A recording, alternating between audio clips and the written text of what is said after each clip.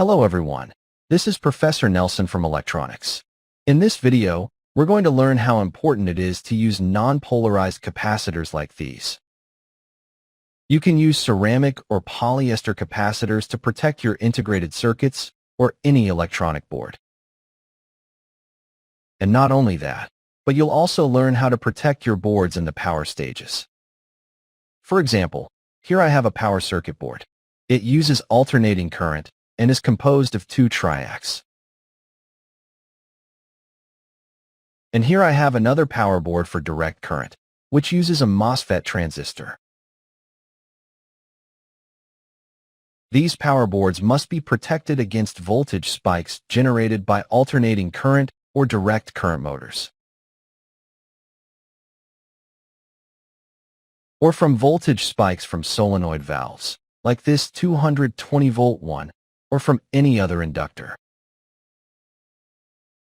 Therefore, in this video, we'll talk about how capacitors protect other electronic components from the voltage spikes they deliver. So, without further ado, let's watch the video. Okay, but first let's look at some theory. Now, to understand how capacitors protect integrated circuits from voltage spikes delivered by motors or other inductors, we need to talk about one of the most important characteristics of capacitors. And I'm talking about capacitive reactance. Capacitive reactance is a property of capacitors that indicates they act like resistors, like this one here. This happens when alternating current is applied to them, whether from a transformer or a wall outlet, or from the electrical signals or noise delivered by motors or inductors. In other words, in the presence of this noise, capacitors act as resistors. They can allow more or less current to pass, depending on the capacitor's capacitance and the frequency of the signal. Therefore, capacitive reactance is the resistance that capacitors offer to this electrical noise. And this would be the formula, which is equal to 1 divided by 2, multiplied by pi, multiplied by the frequency, and multiplied by the capacitor's capacitance. The frequency is in hertz, and the capacitance is in farads. Right now, I have several capacitors of different capacitances. Therefore, we observe what the reactance or resistance they offer would be when we connect them to the electrical grid, which operates at 50 Hz. That is, if the frequency is equal to 50 Hz. And if we have a capacitor of 8.2 nanofarads.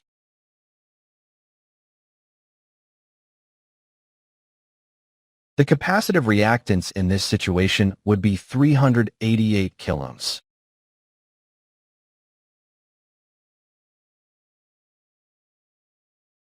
This 8.2 nanofarad capacitor would offer 388 kiloohms of resistance if I apply alternating current voltages of 50 Hz.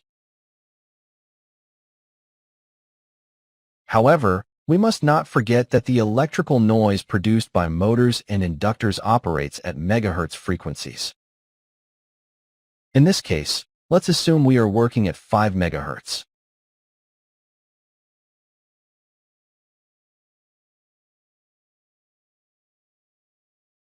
If the noise frequency were 5 megahertz and the capacitance remained the same, the capacitive reactance at that frequency would be 3.8 ohms. That is, the higher the frequency, the lower the resistance. Therefore, the lower the resistance, the more current there will be. That is, the electrical noise will be significantly reduced. Now let's see what the capacitive reactance would be for the other capacitors. I have a 47 nanofarad capacitor. And if we have a 47 nanofarad capacitor and maintain 50 Hz, the capacitive reactance in this situation would be 67.7 kiloohms. But if we use it at 5 megahertz, in that case, the resistance it will offer is only 0.67 ohms.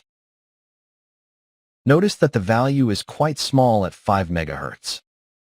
That is, the electrical noise of this motor will be almost completely attenuated. However, I have other capacitances. For example, I have a 100 nanofarad capacitor, double the previous one.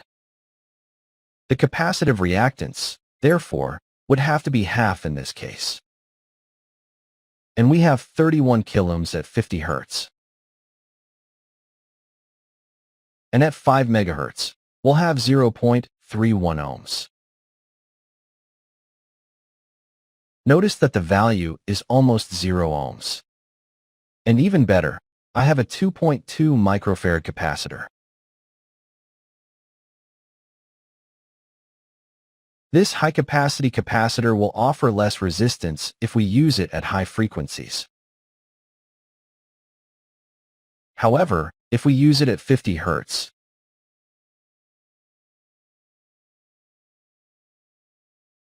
it will offer a reactance of 1.44 kiloohms. At 50 Hz, it offers this resistance. But at 5 megahertz, it offers a very small resistance.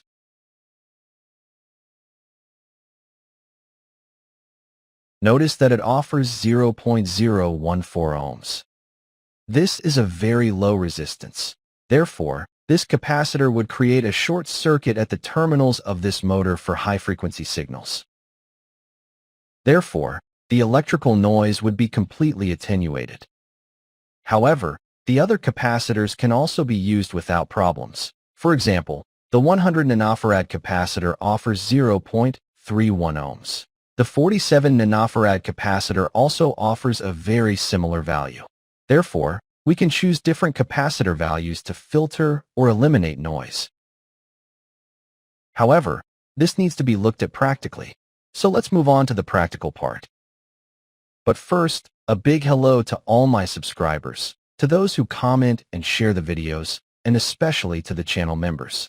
A big hello to all the channel members. Guys, thank you so much for your support. Seriously, thank you so much. And if you're not yet a channel member, you can become one in the members section. Without further ado, let's continue with the video. Very well. Now we move on to the practical part. And in this way, we can confirm that our capacitors work as resistors, depending on the frequency of the alternating current signal and the capacitance of the capacitors. We are going to use the multimeter to measure the current that will pass through the capacitors. And in this way, we will confirm the resistance they offer when an alternating current voltage is applied to them. For this, the first thing we need to know is the transformer voltage.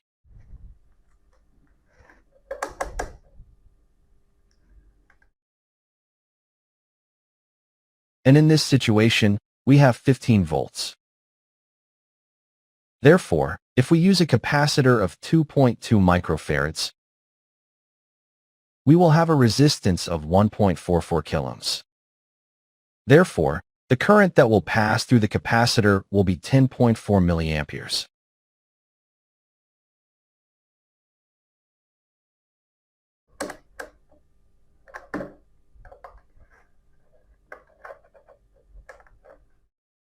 We switch to alternating current.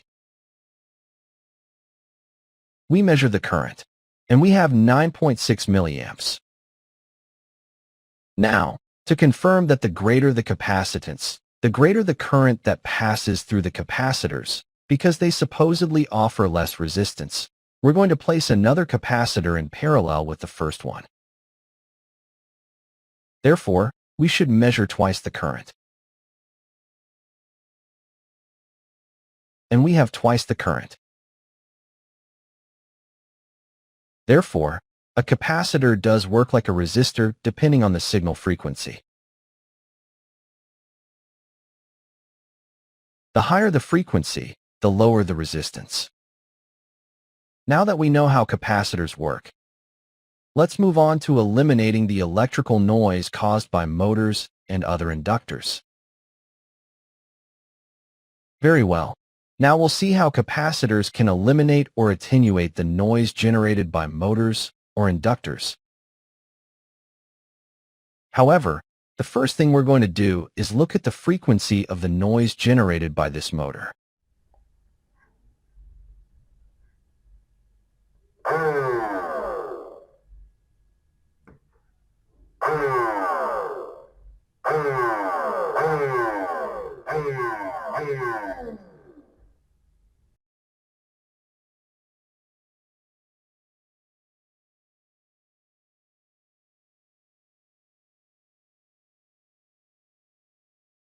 And we can see that the frequency is 16.6 megahertz. That is, this motor generates electrical noise at a frequency greater than 5 megahertz. Therefore, the resistance that the capacitors will offer to that signal will be much lower, so that noise should be attenuated considerably.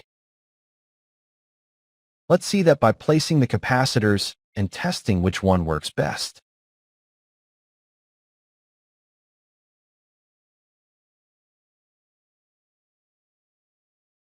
First, without a capacitor.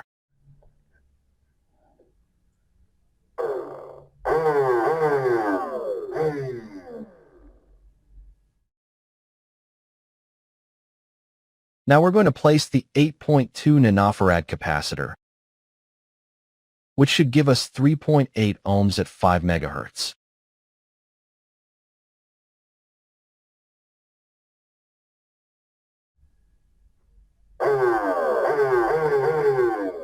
And there's no noise. We can see that it has just attenuated. Let's try again. There's the noise.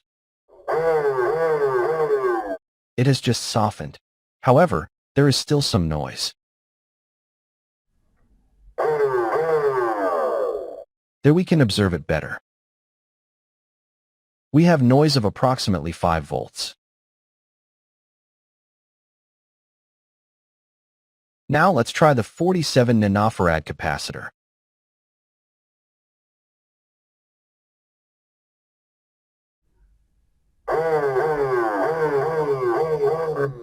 And there's no noise.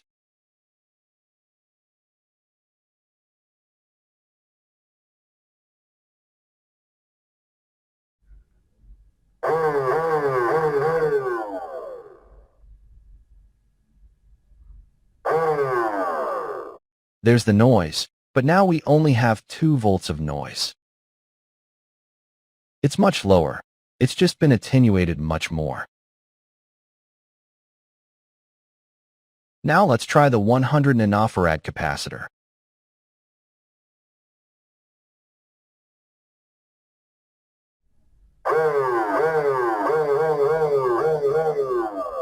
And there's no noise. It's just been attenuated much more.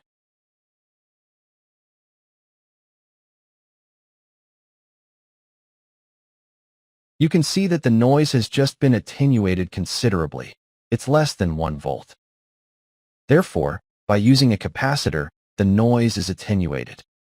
And the higher its capacitance, the better. However, it's important to note that in most cases, capacitors of approximately 47 to 200 nanofarads are used. Since the resistance they offer is quite small, it's close to 0 ohms, especially at very high frequencies. Keep in mind that capacitors are normally placed in parallel with the DC motor connections. The capacitor will help filter electrical noise, or reverse voltage, or peak voltage, helping the diode in the process of eliminating almost all the noise generated by the motor. This applies if we use direct current. However, it can also be found in alternating current. But in this case, a capacitor is usually used along with a resistor, and this combination is called a snubber filter. Something similar to this. This combination here is used in alternating current. and its function is the same as what we're seeing. The purpose of capacitors is to eliminate or attenuate that noise or voltage spike, preventing damage to components. In this case, it will protect our triac, and it also prevents damage to our integrated circuits. Well, guys, as you've seen, capacitors are very useful and necessary. And that concludes the video. And if you liked the video, don't forget that a like helps the channel a lot. See you in the next video. Bye-bye.